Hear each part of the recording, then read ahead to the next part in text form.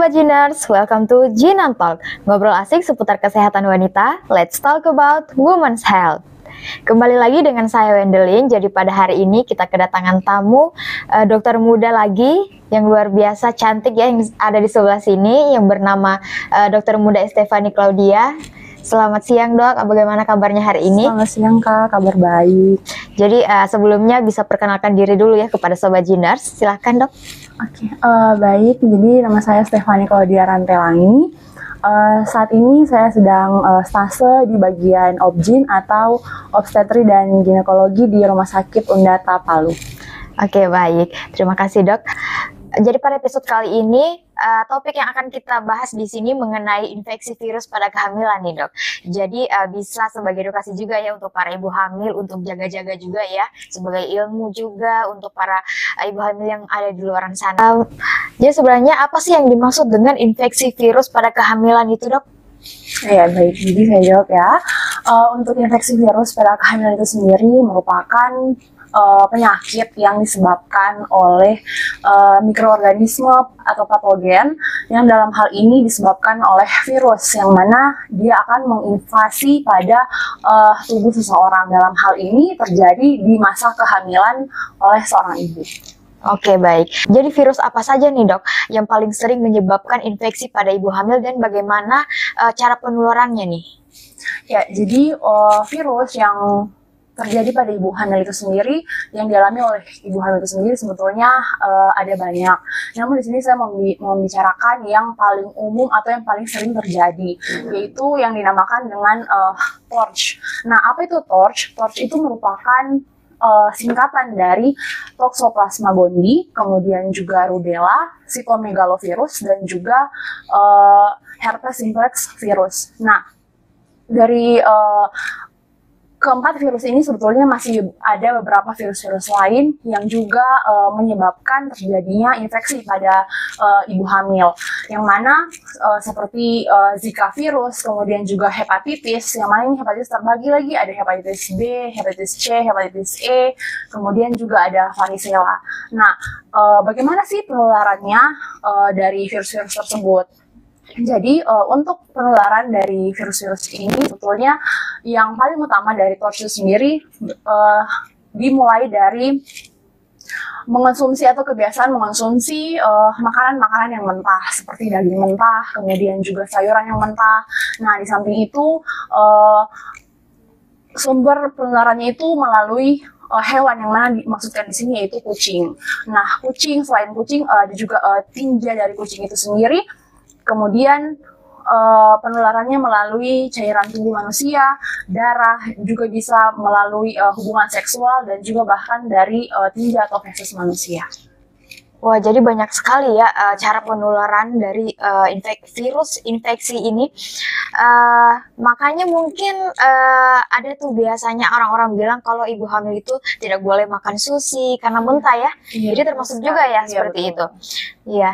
Jadi kalau gejala infeksi virus pada ibu hamil ini apa saja sih dok? Dan bagaimana cara kita mudah untuk mengenali gejalanya? Ya, jadi untuk gejalanya pada ibu hamil yang biasa terjadi ketika dia telah terinfeksi oleh virus-virus ini, yang pertama yaitu ibu akan mengeluh adanya demam yang dirasakan, kemudian juga sakit kepala, kemudian juga ada rasa lesu atau lemah begitu, kemudian juga nyeri otot, nyeri sendi. Kemudian bahkan ada pada situasi tertentu itu ibu akan mengalami seluruh tubuh akan terlihat warna kuning atau yang disebut dengan jaundice. Nah, ini pada kondisi-kondisi apabila ibu terinfeksi oleh virus hepatitis. Jadi seperti itu ya. Nah, kalau risiko virus bagi janin ini apa aja sih dok? Ya, jadi tentunya ketika seorang ibu itu terinfeksi, ini tidak hanya memberikan dampak buruk bagi si ibu, tetapi tentunya akan memberikan juga pengaruh buruk terhadap janin yang berada dalam kandungannya.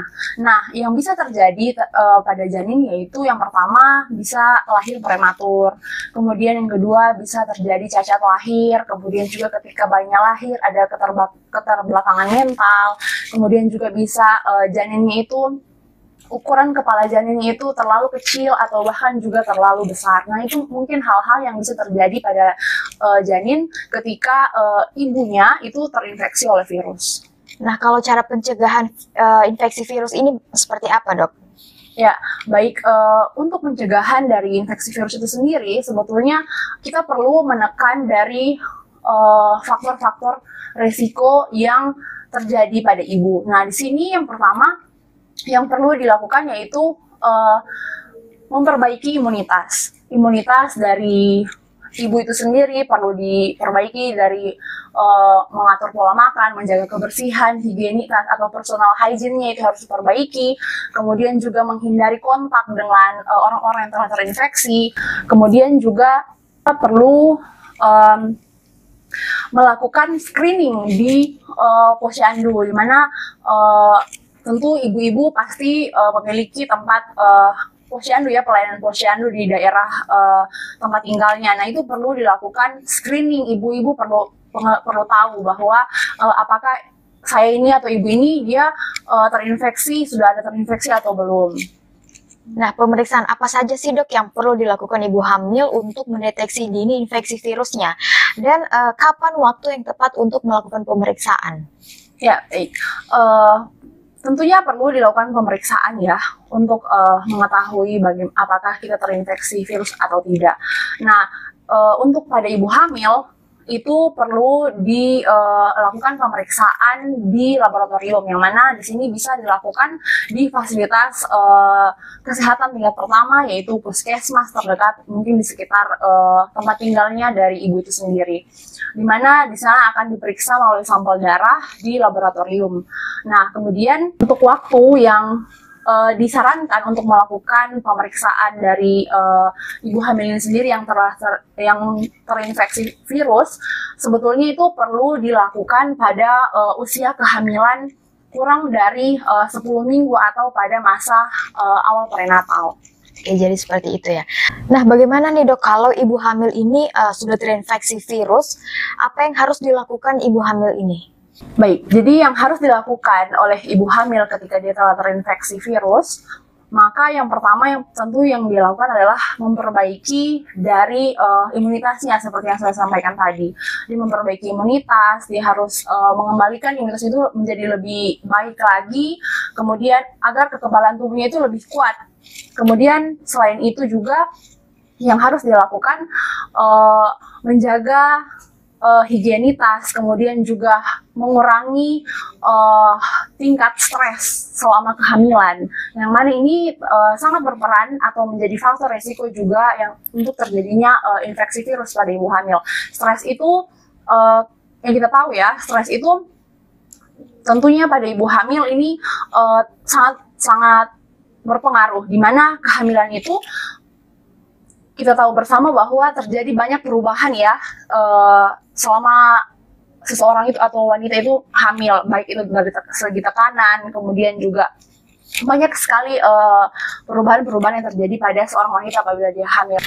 Nah, kalau obat-obatan nih, Dok, kalau ibu hamil ini sudah terinfeksi, apakah ada saran obat-obatan yang disarankan, tapi yang aman untuk ibu hamil dan juga janin? Ya, untuk terapi yang diberikan pada ibu hamil yang terinfeksi virus itu sebetulnya perlu diberikan kombinasi beberapa obat. Yang pertama yaitu bisa diberikan pirinetamin, yang kedua juga bisa diberikan sulfadiazin dan juga asam folat. Nah, ini diindikasikan pada ibu-ibu hamil yang terinfeksi virus atau juga pada janin yang terinfeksi virus yang mana telah dideteksi melalui USG atau ultrasonografi.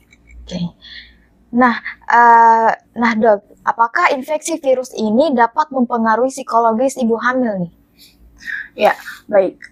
Tentunya ini sangat berpengaruh ya, seperti yang saya sampaikan tadi bahwa ketika terjadi kehamilan pada seorang wanita, itu wanita tersebut akan mengalami banyak perubahan, baik dari itu pola hidupnya, kemudian juga dari tekanan-tekanan yang dia alami.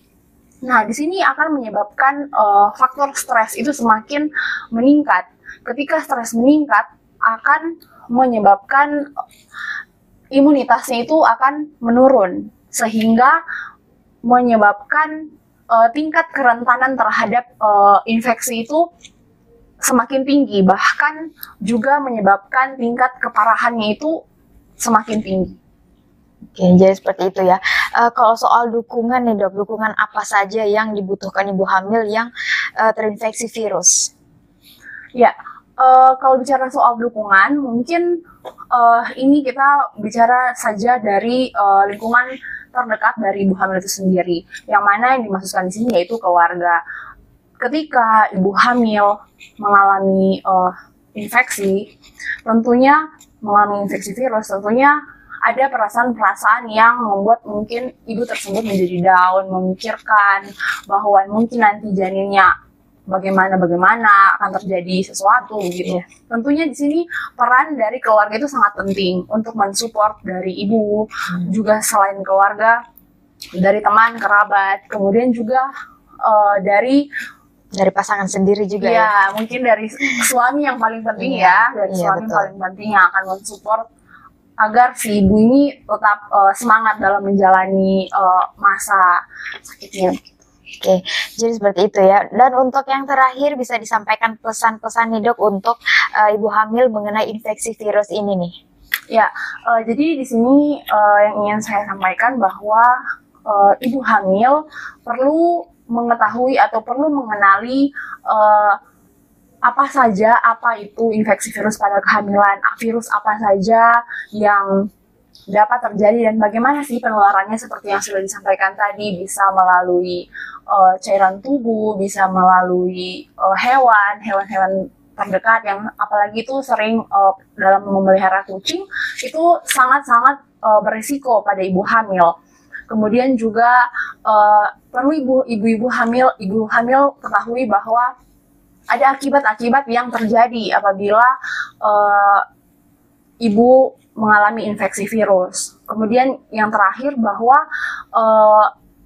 perlu dilakukan pencegahan agar tidak terjadi infeksi virus. Seperti yang saya sampaikan tadi, untuk menjaga higienitas, yaitu personal hygiene-nya perlu ditingkatkan, mencuci tangan, kemudian juga makan yang teratur, menghindari kontak fisik dengan orang yang terinfeksi, kemudian berolahraga, dan juga perlu melakukan screening di tempat pelayanan kesehatan. Oke, baik. Terima kasih banyak Dokter Muda Estefani Claudia atas waktu dan juga ilmu yang sangat bermanfaat ya. Nah, untuk Sobat Jiners, kalian jangan lupa untuk like, comment, dan subscribe akun YouTube Jin On Call supaya kalian gak ketinggalan dengan episode-episode terbaru dari kita. Sebelum kita tutup, bisa kita sama-sama mengucap jargon dari Jin On Talk ya. Jadi kalau saya bilang Jin On Talk, kita sama-sama bilang let's talk about women's health. Seperti itu ya. Oke, 3, 2, 1. Jin On Talk, let's talk about women's health.